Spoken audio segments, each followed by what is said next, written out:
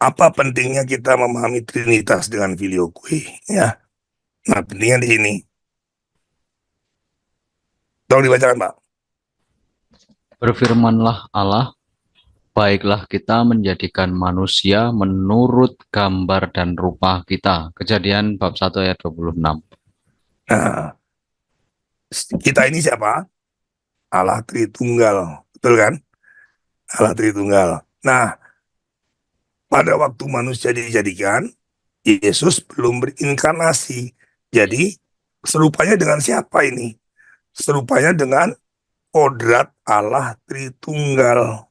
Ya, jadi kodrat kemanusiaan kita punya kemiripan tertentu dengan kodrat Tritunggal, gitu ya. Ada kemiripannya. Maka penting sekali kita memahami Trinitas yang benar supaya kita pun memahami kemanusiaan kita sendiri.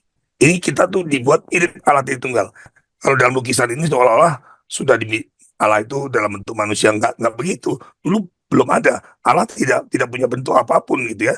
Ya Allah dalam konsep Trinitas. Jadi kesamaan kita tuh dalam kodrat Trinitasnya itu sendiri. Itulah kesamaan kesamaan kita. Apa itu? Nah ini dia.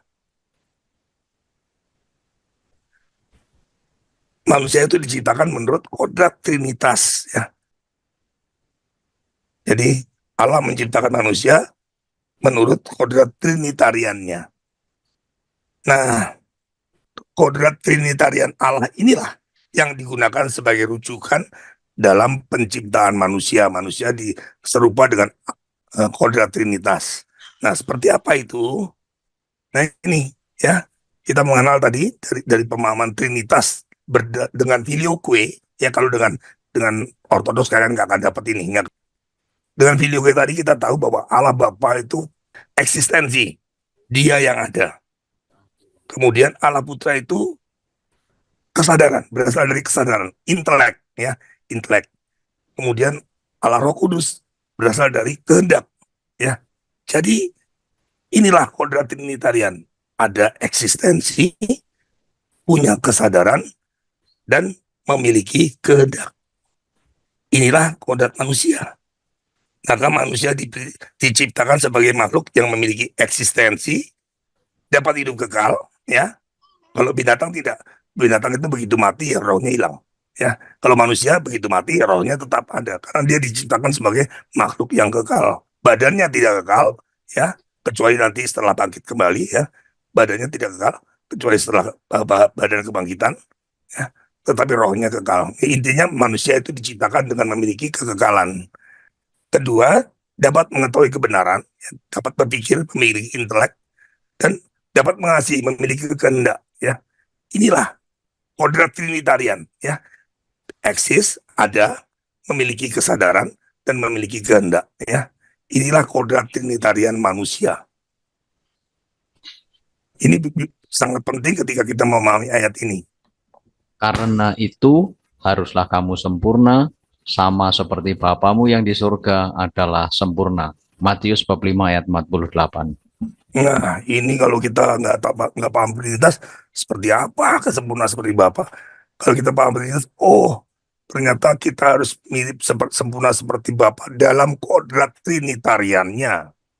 Ya, sempurna yaitu kita harus kekal, memiliki kebenaran, mengetahui seluruh kebenaran, ya, mengetahui seluruh kebenaran itu bukan berarti kita paham ya. Memiliki itu bisa bisa mengimani dan memahami ya. Kalau ya kalau kita menerima Kristus berarti kita memiliki seluruh kebenaran karena Kristus adalah kebenaran. Ya. Kristus bersatu dengan Bapa juga. Iya, iya. Kemudian juga mengasihi ya. Jadi kodratnya itu. Peluang kita juga bersatu dengan Bapa. Ya, kekal, kekal. Kita memiliki kebenaran dan kita mengasihi seperti Kristus mengasihi. Itulah sempurna. Ya, itu sempurna. Jadi nggak usah amat. Kita udah tahu dari kodrat Trinitarian itu kita tahu. Oh itu tuh yang dimaksud. Jikalau engkau hendak sempurna, pergilah, juallah segala milikmu, dan berikanlah itu kepada orang-orang miskin. Maka engkau akan beroleh harta di surga. Kemudian datanglah kemari dan ikutlah aku. Matius bab 19 ayat 21. Oke, Jadi ini ada hubungannya juga dengan perbuatan dan tindakan kasih ya Pak ya? iya betul. Intinya gini, untuk menjadi sempurna, kita intinya adalah kita mengikuti Yesus. Ya, ikutlah aku. Nah, itu intinya poinnya. Nah, kalau kita tidak memahami kodrat Trinitarian, apanya yang kita ikuti? Rambut gondrongnya kah? Selibatnya kah? Iya. Ya kan? Bingung kita kan? Tapi kalau kita tahu kodrat Trinitarian, oh kita tahu yang kita ikuti adalah kita memiliki kebenaran dan kita mengasihi seperti Dia telah mengasihi. Betul kan? Satuan, Itu yang kita ikuti dari Yesus. satuan Itu yang kita ikuti. kasihnya. Jadi kita tahu sekarang dengan kodrat, dengan memahami kodrat Trinitarian, kita tahu apa yang harus kita ikuti dari Yesus. Bukan selibatnya, bukan, nggak harus. Bukan gondrongnya, nggak jenggotnya. Saya memang jenggotan kumisan, tapi itu nggak, bukan itu yang dimaksud gitu kan. Kan itu motivasinya. Iya. Jadi kita sekarang tahu ya, Iya. apa yang harus kita ikuti dari Yesus ya untuk menjadi sempurna. Ternyata kodrat Trinitarian inilah yang harus kita sempurnakan. Jadi ya dengan memahami konsep Trinitas yang benar, sekarang kita tahu bagaimana meraih kesempurnaan manusia. Inilah kodrat Trinitarian dalam diri manusia. Ya, aku ada, maka aku memiliki kesadaran. Aku ada dan memiliki kesadaran, maka aku memiliki kehendak. Ya, atau dalam bentuk yang sederhana, aku ada maka aku berpikir. Aku ada dan berpikir, maka aku mencintai. Inilah kodrat Trinitarian dalam diri manusia.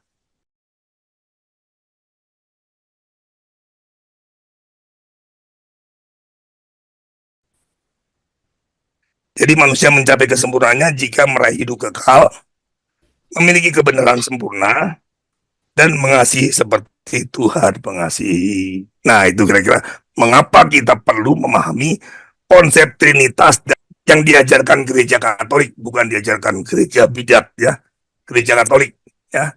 Baru kita dapat memahami bagaimana kita menjadi sempurna ya. Bagaimana kemanusiaan kita yang digendaki oleh Allah seperti apa.